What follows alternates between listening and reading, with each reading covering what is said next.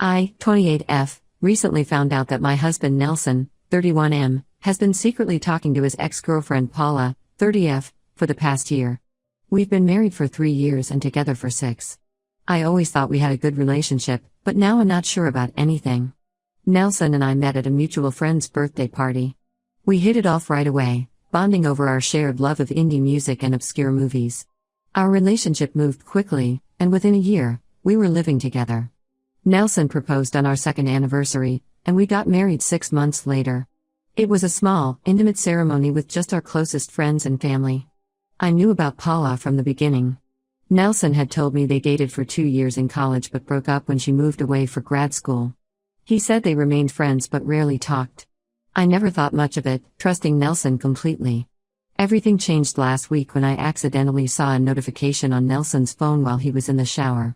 The message preview showed Paula's name and the words "I miss you too." I felt sick. I know I shouldn't have, but I unlocked his phone, we know each other's passcodes, and found a year's worth of messages between them. The messages weren't explicitly romantic, but they were definitely too intimate for my comfort. They talked about their daily lives, shared inside jokes, and even discussed some of our marital issues. Nelson had been complaining to Paula about things he never mentioned to me, like feeling stressed at work or thinking I was too controlling sometimes. I confronted Nelson as soon as he got out of the shower. He tried to brush it off at first, saying Paula was just a friend and I was overreacting. But when I told him I had read their messages, he got defensive and angry. He accused me of invading his privacy and said I was being paranoid. We argued for hours. Nelson insisted nothing was going on between him and Paula, but he couldn't explain why he had kept their communication a secret from me. He said he didn't tell me because he knew I would freak out and make a big deal of it. I felt like I was losing my mind. Was I really overreacting, or was Nelson trying to manipulate me? I asked Nelson to stop talking to Paula, but he refused. He said I was being controlling and that he had a right to have female friends. I told him it wasn't about her being female, it was about her being his ex and him hiding their relationship from me. He just wouldn't see my point of view. The next day, I called my best friend Lisa, 29F, and told her everything. Lisa and I have been friends since high school, and she's always been my voice of reason. She was furious on my behalf and said Nelson was definitely in the wrong. She suggested I reach out to Paula directly to get her side of the story, but I'm not sure if that's a good idea. I'm so confused and hurt. I thought Nelson and I had a strong, honest relationship, but now I feel like I can't trust him. I don't know if I'm overreacting or if this is a real betrayal. Part of me wants to forgive him and move on, but another part feels like this is a deal breaker. To make matters worse, Nelson's family is very close-knit, and his sister Emma, 33F, has always been wary of me. Emma and Nelson are extremely close, and I'm worried that if I make a big deal out of this, she'll turn the whole family against me. Emma has always thought I wasn't good enough for Nelson, and I'm afraid this will just prove her right in her eyes. Emma's dislike of me started at our engagement party. She overheard me joking with a friend about how I wasn't sure if I wanted kids. Emma, who has 3 children of her own, took this very seriously and confronted me about it. I tried to explain that it was just a joke and that Nelson and I hadn't made any firm decisions about children yet, but she's held it against me ever since. She's always making little comments about how I'm not family-oriented enough for Nelson. I've been staying with Lisa for the past few days to clear my head. Nelson has been calling and texting nonstop, alternating between apologizing and accusing me of blowing things out of proportion. I don't know what to do. Should I try to work things out with Nelson? Should I contact Paula? Or should I just cut my losses and leave? The whole situation has made me question everything about our relationship. I've started thinking back to all the times Nelson was secretive with his phone or stayed late at work. Was he talking to Paula then too? How long has this really been going on? I also can't help but think about our wedding day. Nelson seemed distracted during the ceremony, and at the time I thought it was just nerves. But now I wonder if he was thinking about Paula. Did he invite her to the wedding? I can't remember if she was there or not. Another thing that's been bothering me is a trip Nelson took for work about 6 months ago. He went to Chicago for a week, and now I'm wondering if he met up with Paula while he was there. He was acting strange when he got back, very distant and moody. At the time, I thought it was just stress from work, but now I'm not so sure. I feel like I'm at a crossroads in my life, and I don't know which path to take. On one hand, Nelson and I have built a life together. We have a house, shared friends, and plans for the future. Throwing all of that away over some text messages seems extreme. But on the other hand, I don't know if I can ever trust him again. The thought of always wondering who he's texting or where he really is when he says he's working late is exhausting. I've also been thinking about my own past relationships. Before Nelson, I was in a long-term relationship with a guy who cheated on me multiple times. I thought I had worked through those trust issues, but this situation with Nelson has brought all those old feelings back to the surface. I'm scared of being that girl who gets cheated on again. Lisa thinks I should tell my parents what's going on, but I'm hesitant. My parents love Nelson, and I know they'll be devastated if we split up. Plus, I'm embarrassed to admit that my marriage might be failing after only 3 years. I feel like I've let everyone down somehow. I've been trying to keep myself busy to avoid dwelling on the situation too much. I've thrown myself into work, picking up extra projects and staying late at the office. My coworkers have noticed that something's off, but I haven't told anyone at work what's going on yet. I'm afraid if I start talking about it, I'll break down. Any advice would be appreciated. I feel lost and alone, and I don't know how to move forward from here. Update when it's been 2 weeks since my last post, and things have taken an unexpected turn. I want to thank everyone who commented and offered advice. Your support has meant a lot to me during this difficult time. After much consideration, I decided to reach out to Paula. I know many of you advised against it, but I felt I needed to hear her side of the story. I sent her a polite message explaining that I knew about her communication with Nelson and asked if we could meet to talk. To my surprise, Paula agreed to meet. We met at a cafe, and what she told me left me speechless. Apparently, Nelson had been lying to both of us. He told Paula that we were separated and in the process of getting divorced. He had been telling her that he wanted to rekindle their relationship but needed time to finalize things with me. Paula showed me messages where Nelson had explicitly told her about our supposed separation. He had even gone as far as to tell her that we were living apart and only keeping up appearances for the sake of his family. I felt like I was going to be sick reading those messages. I was shocked and devastated. Not only had Nelson been emotionally cheating on me, but he had also been actively trying to pursue a relationship with Paula while we were still married.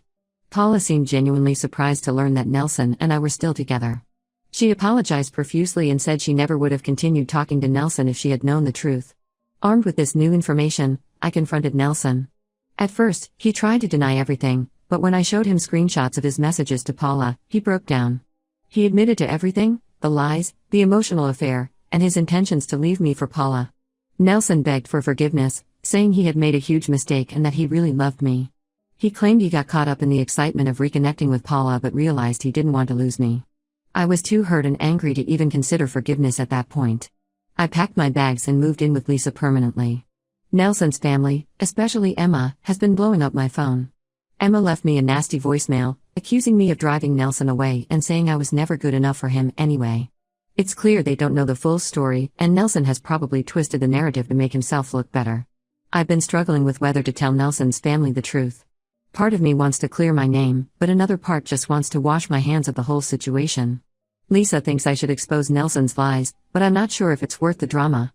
In the midst of all this, I received a surprising message from Josh, 32M, an old friend from college. Josh and I had dated briefly in our sophomore year but decided we were better as friends. We lost touch after graduation, but he had heard through mutual friends that I was going through a tough time and reached out to offer support. We've been talking a lot, and it's been nice to have someone to lean on who isn't directly involved in the situation. The past 2 weeks have been a roller coaster of emotions. Some days I feel strong and empowered, ready to move on with my life. Other days, I can barely get out of bed. I've been having trouble sleeping and eating, and Lisa is starting to worry about me. I've also been dealing with practical matters. I went back to our house when Nelson was at work to collect more of my things. It was surreal being in the space we had shared, seeing all the little reminders of our life together. I found myself sitting on our bed, holding the stuffed animal Nelson had won for me at a carnival on our second date, and just crying. I've been trying to keep busy at work, but it's been difficult to concentrate. My boss noticed that something was off and called me into his office. I ended up breaking down and telling him everything. To my surprise, he was incredibly understanding and offered me some time off if I needed it. I'm considering taking a week or two to clear my head and figure out my next steps. Financially, I'm in a bit of a bind. Nelson and I shared all our accounts, and I'm worried about what will happen if we separate. I've made an appointment with a lawyer to discuss my options, but the thought of going through a divorce is overwhelming. I'm still processing everything that's happened. I feel betrayed, angry, and sad, but also relieved in a way. At least now I know the truth. I've consulted with a lawyer about starting divorce proceedings, but I haven't filed anything yet. I'm taking some time to focus on myself and figure out what I really want. Thank you all again for your support. I'll update again when I have more news. Update 2. It's been a month since my last update, and a lot has happened. I want to thank everyone again for their support and advice. It's been incredibly helpful during this difficult time. After much deliberation, I decided to tell Nelson's family the truth about what happened. I couldn't stand the thought of them believing I was the one who ruined the marriage. I sent a detailed email to his parents and siblings, including screenshots of Nelson's messages to Paula as proof. The response was mixed. Nelson's parents were shocked and disappointed in him. They reached out to apologize to me and offered their support. They said they had no idea Nelson was capable of such deceit and that they were heartbroken for both of us. Nelson's father even offered to help me financially if I needed it during the separation. Emma, on the other hand, doubled down on her hostility. She accused me of fabricating evidence to smear Nelson's name and said I was trying to turn the family against him. She sent me a long, angry email detailing all the ways she thought I had failed as a wife and how I had driven Nelson to seek comfort elsewhere. It hurt, but I realized I couldn't control how she chose to see the situation. Meanwhile, Nelson has been trying everything to win me back. He sent flowers, written letters, and even showed up at Lisa's place unannounced, which resulted in Lisa threatening to call the police. He claims he started therapy to work on his issues and begs for another chance. He says he realizes now that he was taking me for granted and that losing me has made him see how much he truly loves me. Part of me is tempted. We did have good times together, and the thought of throwing away 6 years of history is daunting. But every time I start to soften, I remember the lies and the betrayal, and I know I can't trust him anymore. In an unexpected twist, Paula reached out to me again. She felt guilty about her role in the situation and wanted to make amends. We've actually started to form a friendship of sorts. It's strange, but it's nice to have someone who understands exactly what I've been through. Paula has been incredibly supportive and has even offered to testify on my behalf if the divorce gets messy. As for Josh, we've been spending more time together. It started as just friendly support, but I can feel something deeper developing. We've been going for coffee, taking walks in the park, and just talking for hours. It's nice to feel appreciated and respected again. Josh is patient and understanding about my situation, and he's not pushing for anything more than I'm ready for. I've officially filed for divorce. It was a hard decision, but I know it's the right one for me. Nelson didn't take it well when he was served the papers. He's been alternating between begging me to reconsider and lashing out in anger. He's threatened to make the divorce as difficult as possible if I don't agree to try counseling with him. I'm focusing on rebuilding my life now. I've started a new hobby, painting. I find it therapeutic, and it's helping me process my emotions. I'm also considering a career change. This whole experience has made me realize life is too short to stay in a situation that doesn't make me happy, and that includes my job. Update 3. It's been 6 months since my last update, and I'm finally starting to feel like myself again. The divorce was finalized last month, and it feels like a weight has been lifted off my shoulders. Nelson fought the divorce every step of the way, making the process much more difficult and drawn out than it needed to be. He continued to alternate between begging for reconciliation and lashing out in anger. There were times when I almost gave in, especially when he brought up all our shared memories and plans for the future. But I stayed strong, reminding myself of the betrayal and the fact that I deserved better. In the end, the evidence of his emotional affair worked in my favor, and I got a fair settlement. I kept our house, which was important to me as I had put a lot of work into making it our home. Nelson got to keep his car and most of our shared savings, which I was okay with as long as I got to keep the house. Emma, Nelson's sister, eventually came around after Nelson's behavior during the divorce proceedings showed his true colors. She reached out to apologize for not believing me initially. She admitted that she had always been protective of Nelson and had a hard time accepting that he could do something like this. While we're not close, it's nice to have cleared the air. Paula and I have maintained our unexpected friendship. She's been a great support throughout this process, and we've bonded over our shared experience of Nelson's deception. We meet up for coffee regularly, and she's become someone I can truly confide in. It's strange how life works out sometimes. As for Josh, our relationship has continued to grow. We're officially dating now, and it's been wonderful. He's patient, understanding, and respects my boundaries. It's refreshing to be with someone who values honesty and open communication. We're taking things slow, but I'm excited about our future together. I've made some big changes in my life. I quit my old job and started my own small business doing freelance graphic design. It's been challenging but incredibly rewarding. I've always had a passion for design, and it feels great to be my own boss. I've even landed a few big clients, which has been a huge confidence boost. I've also kept up with painting, and I'm even planning to showcase some of my work in a local art fair next month. It's nerve-wracking to put my art out there, but Josh has been incredibly supportive and encouraging. Looking back, I'm grateful for the strength I found to leave a toxic situation. It wasn't easy, and there were many times when I doubted myself. But I'm so much happier now. I've learned a lot about myself through this process, my resilience, my worth, and what I truly want in a relationship.